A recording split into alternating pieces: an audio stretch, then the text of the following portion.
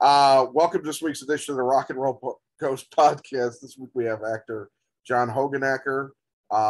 He's been in things such as Dope Sick, which was a Hulu miniseries opposite Michael Keaton, Castle Rock, I believe, which was also Hulu, Amazon's Jack Ryan, and way back when was Kelsey Grammer on Stars. He appears in Paramount's or Showtime's, / Paramount series Waco, the Aftermath, is Clive Doyle. How you doing today, John? I'm glad to have you on the show. I'm great, Brett. I'm happy to be on the show. How are you doing, man? I'm doing good. Awesome. Well, let's get into Waco. How did you first hear about this project? My wife and I watched the first season during the pandemic. Got into it and was just really taken with it because I remember being, I think I was 15, 16 years old when the standoff happened. And the thing I was the most blown away by was the depiction of the Branch Davidians was completely unlike what I remember the depiction being on the news at the time. Yeah. I felt like the producers and the writers and the creators did a really good job of kind of walking that fine line of not really favoring one side over the other. So when I found out that they were doing a second season and kind of doing a bit of a deeper dive into the years leading up to the standoff and the court proceedings following the standoff, and also tying it into white supremacist movements that were sort of spawned as a result of the standoff. These are people who were separate from the Branch Davidians, no connection there, but sort of used the events at Waco to draw attention to their political views and to try and recruit followers. Yeah. So I was kind of blown away by that. I had never put that together, never realized that the bombing at Oklahoma City happened 2 years later to the day of the conflagration at Waco. So it was a real education. I'm a huge fan of Mike Shannon's. He's a Chicago actor, and so getting to team up with him on this show was really, really cool. Yeah.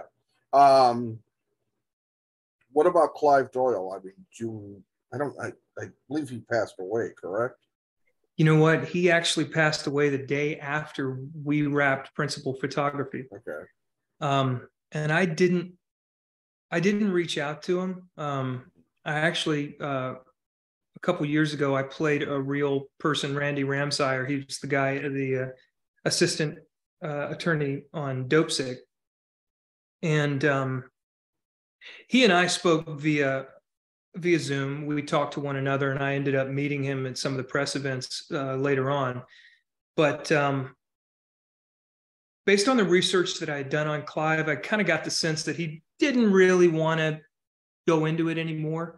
I think he was at that time, I think he was 81 or 82 years old already, and he'd kind of talked about it as much as he wanted to, and he was ready to sort of let that part of his life be in the past. Yeah. So I respected his privacy and didn't mess with him. But he did write a book kind of about his early life and about his experiences there at the compound. So he immigrated from Australia in 1964. He had actually been at Waco as a member of this group for 30 years prior to the whole standoff. And he was one of the first people to meet David Koresh when Koresh was still Vernon Howell and came to the compound, sort of trying to find a group of people that he could study with. These people were all incredibly devout with regards to their understanding of the Bible. They had their own theology, and it would be basically there would be a prophet, and then that prophet would become the next person. You would sort of inherit being the prophet.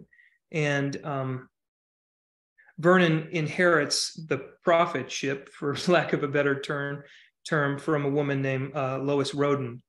And he sort of amazes all these Branch Davidians with his like encyclopedic knowledge of the Bible, the New Testament, his ability to quote large swaths of it from memory.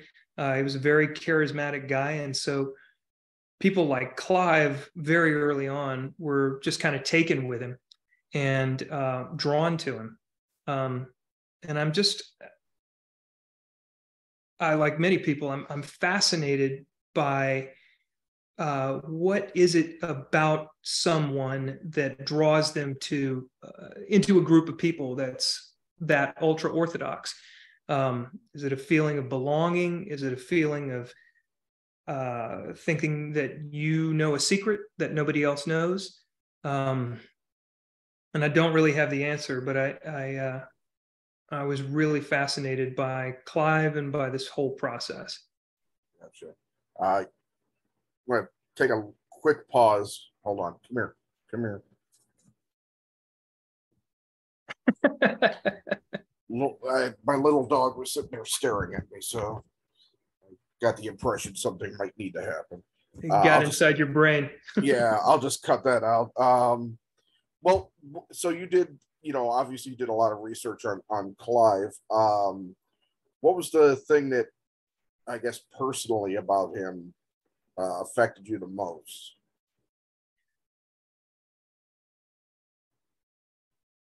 I remember when we were watching this on the news, and when I was growing up and this was on the news, unless you had cable, there weren't a ton of channels on television, and the news was essentially like 4 networks, maybe 4 or 5.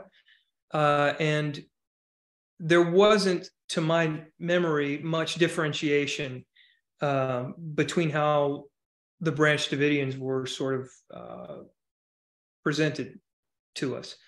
The thing that I was the most taken with about Clive as I started to learn more and more about him was that he really, by all accounts, was a truly decent human being. He was loved by his children. He was loved by his community. And he was one of these guys who, one of these Branch Davidians who found this ultra-Orthodox group of people and really wanted to devote his entire existence to being, to following his understanding of their theology and to being the best version of himself that he could be. So in many ways, it was like portraying a Western version of a monk. They lived a very kind of monastic lifestyle. And I like the idea of someone not being exactly what you might have thought they were, of challenging preconceptions. I think as an artist, that's a real gift to get to tackle something like that. Yeah. How long were you did you film in Texas? And if so, how long were you like shooting the whole thing? We filmed it actually, we were based in Santa Fe in New Mexico, which is where they filmed the first season. We were in a tiny little, I wouldn't even call it a town. It was probably like, I don't even think there was a stoplight there. It was Stanley, New Mexico, where they had built a version of what Waco looked like before. There was actually, prior to the compound that we see in all the old pictures from 1993, there was a whole different settlement there. There was a church, there were several little outbuildings and all sorts of different things like that. And then there's a point at which Koresh, at this point he's David Koresh, leads all the followers away, and they have, there's kind of a schism within the group. This is before he becomes the de facto prophet of the Branch Davidians. And then they come back and they, over time, they build it into the building that we saw. We were out there working for, I want to say about 3.5, 4 months. Okay. Yeah. Good chunk of time. Yeah, I'll tell you what, we were out there during the, there were really bad forest fires in northern New Mexico when we were out there filming. And it was wild because, you know, some days you'd look off in the distance and it would be like clouds, white puffy clouds coming out of the ground. And then other days you would go inside to shoot and you come back outside and it was like in 45 minutes, the winds had changed and it was like apocalypse. Crazy. Imagine. I had a question. With regards to your co-stars, who did you end up having the most time with on screen? The other members that were on trial, or Shannon, or? Yeah, Mike Shannon and I worked on some stuff together. Giovanni Ribisi plays Dan Cogdell, who's my lawyer. Right. And there's and then let's see who else. Some of the other Branch Davidians were Kali Rocha, who was phenomenal. She plays Ruth Riddle. There's Michael Luoye, who plays Livingstone Fagan. We and Kolio Kalev, who were all just it was such a fascinating thing to get to be a part of, to go into the mindset of such a tight-knit community who found themselves under fire and on the wrong side of the law. One of the, I will tell you this little story. It was just one of the coolest things. We were filming a scene that takes place 2 years to the day after the fires at Waco, and Mike's character Gary Nesner is like coming to a memorial service. Every year, the Branch Davidians would get together on the grounds of the compound and have a memorial service to kind of think about all the people that passed away there. And he has like a 4 or 5 minute speech that he delivers. His character, Gary, delivers essentially extemporaneously to the congregation there. And Michael is a member of a Red Orchid theater company in Chicago. It's a really small little theater company. Yeah. He shows up there, you know, occasionally, like I want to say like once a year, every 2 years maybe, and does a play. He got up there, and this is a thing that I've always loved to kind of learn about, because for the first large portion of my career, I did a lot of theater. Right. We didn't really, you know, you don't get to do a ton of on-camera acting in Chicago. Occasionally you get to, but it's a different skill altogether. It's a different art form. And Mike stands up in front of the congregation, and John and Drew, the producers and directors, come up to him and they're like, would you like us to roll on the rehearsal? And Mike is ready to go, as he always is. And that's one of the cool things about acting in front of the camera, is all of your work happens before you get there. Obviously, you show up, you might rehearse it one time for camera, but essentially your choices have really already been made. And Michael's a very kind of a quiet, taciturn guy, and he gets in front of the camera and they roll on the rehearsal. And about 20 seconds in, one of the background performers' phone goes off, and Mike maybe flinches, just maybe even a little bit, maybe not at all, but he played through it. And this background performer silenced their phone very quickly, and then he keeps going. He's maybe 20 seconds into a 5-minute eulogy, and after another 20 seconds, a second phone goes off, different ring altogether. And this person is so cowed by Mike and his presence, and probably just deeply embarrassed. And these were older folks and probably just forgotten to silence their phones. Mike played through an entire ring cycle on this phone. And everything they got, visually at least, the audio was, you know, a challenge, was completely usable. And I've told so many people that story, but it's just so impressive to see someone with that level of focus and also magnanimity, because an actor like Mike could have made that person feel really, really bad about themselves, but he did the job and he kept on playing. And Yeah. I just have so much respect for the guy. He was wonderful. Yeah, I had the opportunity to talk to him over a decade ago when he was still on Boardwalk Empire, and you know, he's been one of ever since. I mean, I got to know him from Revolutionary Road, and ever since Sure. then, I was like, I mean, this guy is just insanely talented. Oh, he's wonderful. Yeah, We he's done so much great stuff. He sure has. In fact, he and I have a connection that goes way back, 23 years ago. Yeah, I was going to ask because you've indicated. I mean, for people that don't know, that John did work on the stage in Chicago and Milwaukee. He went to DePaul University. He was at Chicago's Shakespeare Theater. You were in Killer Joe from Tracey Letts, who's a huge, you know, Chicago, you know, playwright. And you're originally from North Carolina, so yeah. Please tell me. Oh well, thanks for that, Brett. But yeah, all I was going to say is, speaking of Killer Joe, the role that I played in that show and the production that I did was that role was created by Mike. That role was actually written for Mike by Tracey.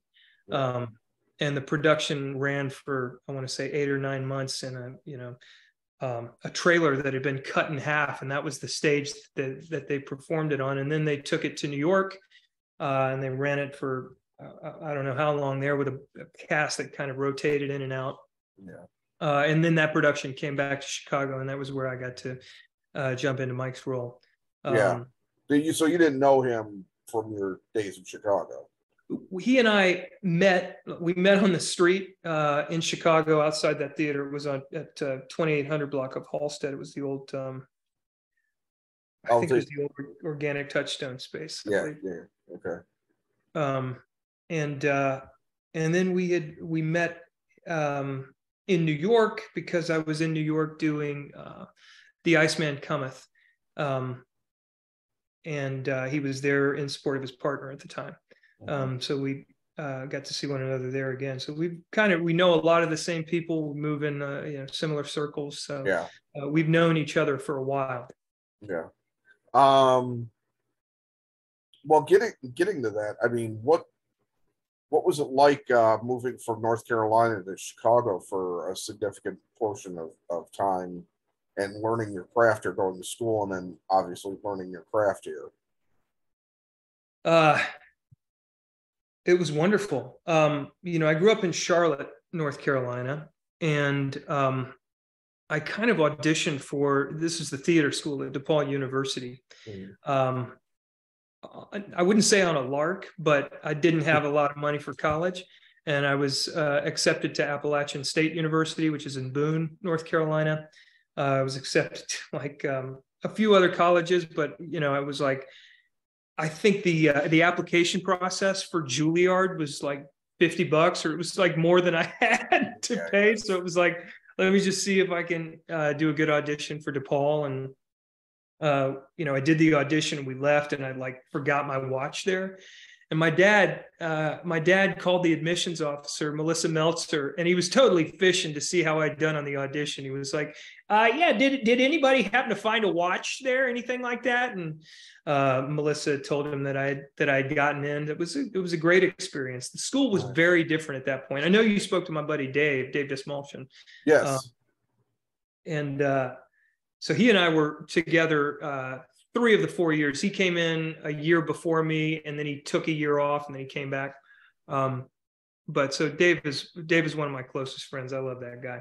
Yeah. But the school at the time had a cut system. So I don't know, maybe he told you this, but like they brought in 72, 73 of us, and then you go home for your summer break, or you go get a job or whatever, and you're waiting for a letter in the mail that either invites you back to the school or tells you to make some different life choices. Right. And so they cut our class in half, and then they did that again after the second year. So we ended up graduating only 2 sections of kids, and so that the program was intense at that point. And I kind of, my idea vaguely going to Chicago was, well, I want to work at Second City. I want to do funny stuff. Right. But I ended up doing an audition for Antony and Cleopatra at Chicago Shakespeare Theater, which was their first show in the new space at Navy Pier. They've been at the Ruth Page in the Gold Coast prior to that.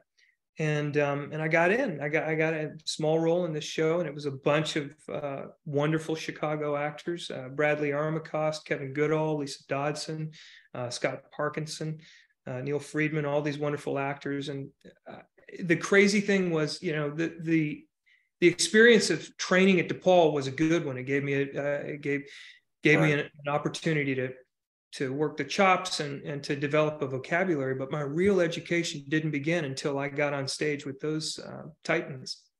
Mm-hmm. And then it was like, you know, the imperative of making money and the feeling of making money as an actor kept me from pursuing Second City, because at the time it was like, well, you got to go through our training process. You got to go through the school. And it was like, well, that you guys don't offer classes on Monday nights, and I'm not gonna not work as an actor to do this. Which you know, kind of I still dream about going back to Second City and taking the classes there. Yeah, because it's just such an iconic place. But it's funny you mentioned North Carolina, because in 21, in the height of the pandemic, I had just wrapped on a TV show called Dope Sick, the one I was mentioning. And my wife and I were just like, we need to get back south if we can, because there had been some family stuff that had happened, and I needed to kind of be here and be present for that. And so we moved back to North Carolina, and we live in Asheville now, which is a beautiful town, really cool spot. I know Asheville. My grandparents lived in near Brevard. Oh yeah, Brevard is lovely, Transylvania County. Yeah. Yeah, so I got to go down there a number of times and, you know, checked it out. I mean, they moved up here in the 2000s, and they're both passed now. But you know, for a while, you know, I got to check out North Carolina a bit. Yeah, Brevard is like, and Transylvania County is the land of waterfalls. It's just a gorgeous area, and they have the most bizarre thing. They have white. The squirrels there are white. Did you ever notice that? Do you remember that? No, I mean, my grandfather might have noticed that. He used to take his .22 and shoot vermin running around his property. Yeah, we had white squirrels on the wall. Yeah, no, none in the house, but no, I don't even remember. I'll have to ask my mom. She might know something about that, but I don't recall any squirrels at all. But that's pretty interesting. So where did they move to when they moved back to Illinois? They moved back like up in the south suburbs. Yeah. Well, I saw that you're doing, and I don't know what the status of this is, but I saw mention that you're doing a film that Michael Keaton's directing. Is that true, or is... That's right. Yeah. We did a film called Knox Goes Away. With an amazing cast. I got to watch Michael shoot a scene with Al Pacino, in fact, which was one of the coolest things I've ever seen. Yeah. 82 years old, Pacino was. And Michael has always been one of my favorite actors, and so has Al Pacino. But to see those two guys just play together was just a really cool experience. That's great. Any idea when that might be coming out? I think it depends on which film festival they premiere it at.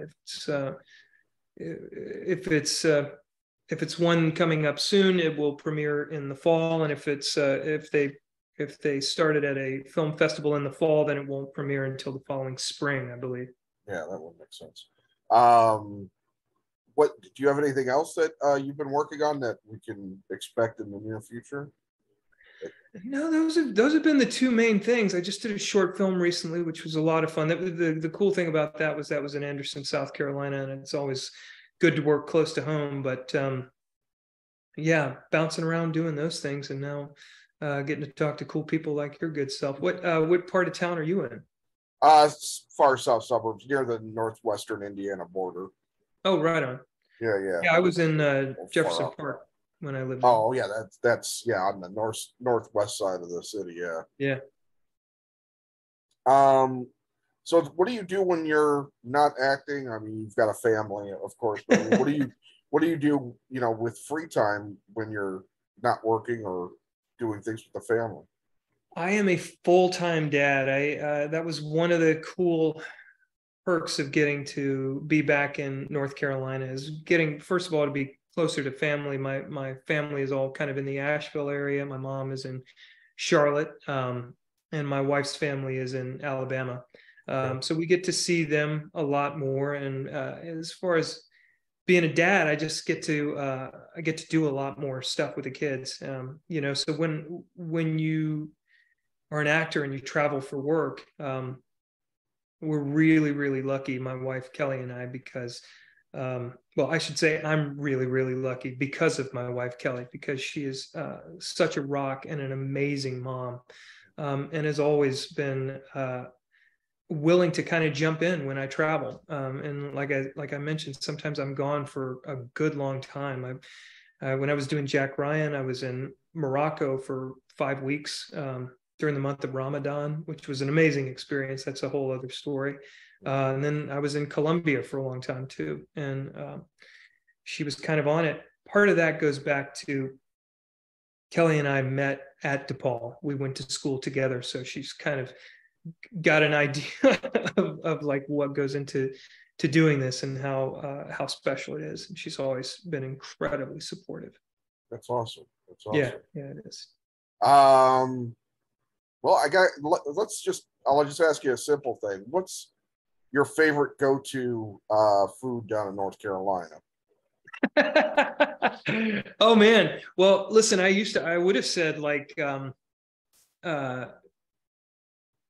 I would have said Bojangles fried chicken, but I don't eat meat anymore because I stopped eating meat. So everything has changed. So now it's like Buddha bowls and kale and stuff. I don't know how interesting that is. But there's so much great food down here. There's like shrimp and grits. Yeah. I mean, we spend time going down to Charleston and Isle of Palms too, which is in South Carolina. So there's a lot of great food down there. And you from your time here, you probably know that North Carolina has two distinct types of barbecue sauce. I like them both. I'm not going to choose sides.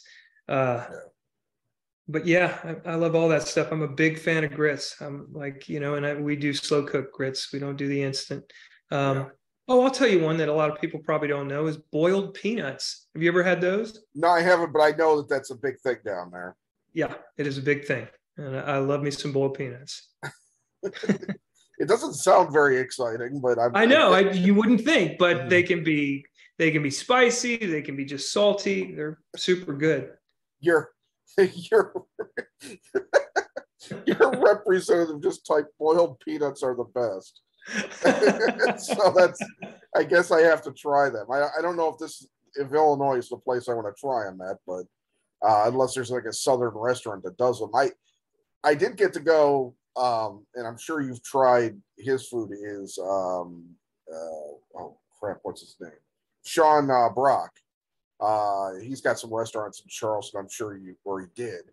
I think the first Husk was down there. And I know that he serves a lot of, you know, I guess you're vegetarian? Yeah. Okay. All right. So you're all right with cheese at least. Charleston's a great food city, and you know what Asheville is too. They had two places here last year that won the Beard Award. I guess Chai Pani, which is a like an Indian restaurant, and Curate, which is just another I think a Spanish like tapas type place. Both are super great. That's awesome. Well, John, I really appreciate you taking the time today. I look forward to hopefully speaking to you again. Waco, the Aftermath debuts this Friday, I believe, correct? That's right. Friday starts streaming. That's for sure. On Showtime. If you have Paramount Plus, you get it Showtime with it, so it's right there. What I've watched so far, I've liked it. I'm eager to keep watching. So, again, thank you for your time today. Awesome. Thank you, Brett. It's great talking to you, man. Great talking to you. Best of luck. You too. Take care. Bye. Bye-bye.